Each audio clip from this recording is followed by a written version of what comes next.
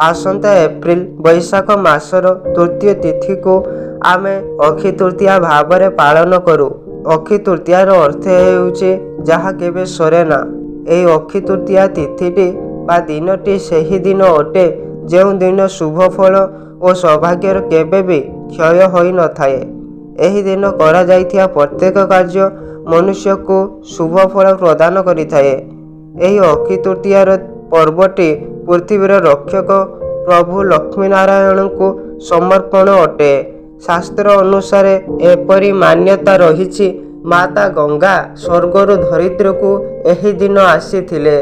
द्वितीय मान्यता हेउछि एही दिन माँ लक्ष्मी को जन्म दिवस अटे एवं एही दिन पुरी जगन्नाथ मंदिर रे चंदन पूर्णिमा होइथाए। सेथिपई एही अक्षय तृतीया दिनटी जदि एही जिनिस आपण मान किनी थांती जहाकु निषेध बोले माना जाइथे तो सेमानंको दारिद्र्यरु रक्षा केही करि पारिबे नाही।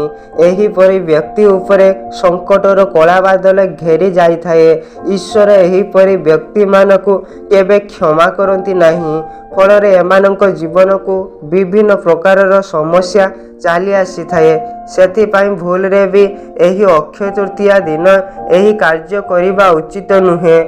तो बंधुगण आसंतु जानिबा कौन सही काम पवित्र अक्षय तृतीया दिन करिबा उचित नुहे।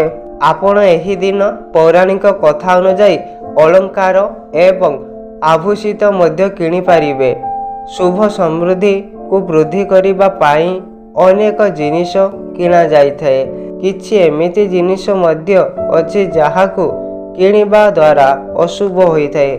एही परि जिनिष किणिबा भूल अटे एवं एही परि जिनिष किणिबा द्वारा अनेक दुख कष्ट और आर्थिक समस्या को सामना करने को पड़ पारे। आज आम आपण को जनइबू एही दिन एमिति केउ जिनिष किणिबारु वंचित रहिबा उचित। तेबे एही दिन स्टील जिनिष किणतु नहीं कारण स्टील शुद्ध धातु होई न थाए। एथिरे राहु वास करती। राहु प्रभावरु धन उपरे प्रभाव पड़ी थाए। तेणु एही दिन स्टील जिनिष आणतु नहीं। एही प्रकार रे लुहारे शनिदेवंक वास होई थाए। तेणु लुहा मध्य किणिबा अत्यंत अशुभ होई थाए। एल्युमिनियम रे मध्य राहुंकर वास होई थाए। एही दिन आपण माने खाली बासन घर को आणतु नहीं अशुभ होई थाए। एही दिन छुरी खंडा कैंची आदि धार जातीय जिनिष किणिबा उचित नुहे। मने रखंतु एही दिन प्लास्टिक जिनिष किणिबारु वंचित। एहा आपणक समृद्धि को रोकी थाए।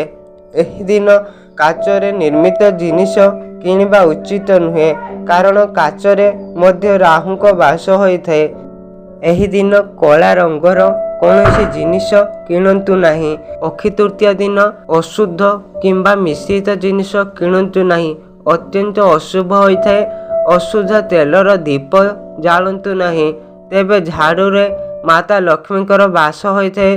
तेणु एही अक्षय तृतीया दिन घर को झाड़ी आनिबा द्वारा धनर वृद्धि होई थाए। घरर समस्त नकारात्मक ऊर्जा को मध्य दूरी करा जाई थाए।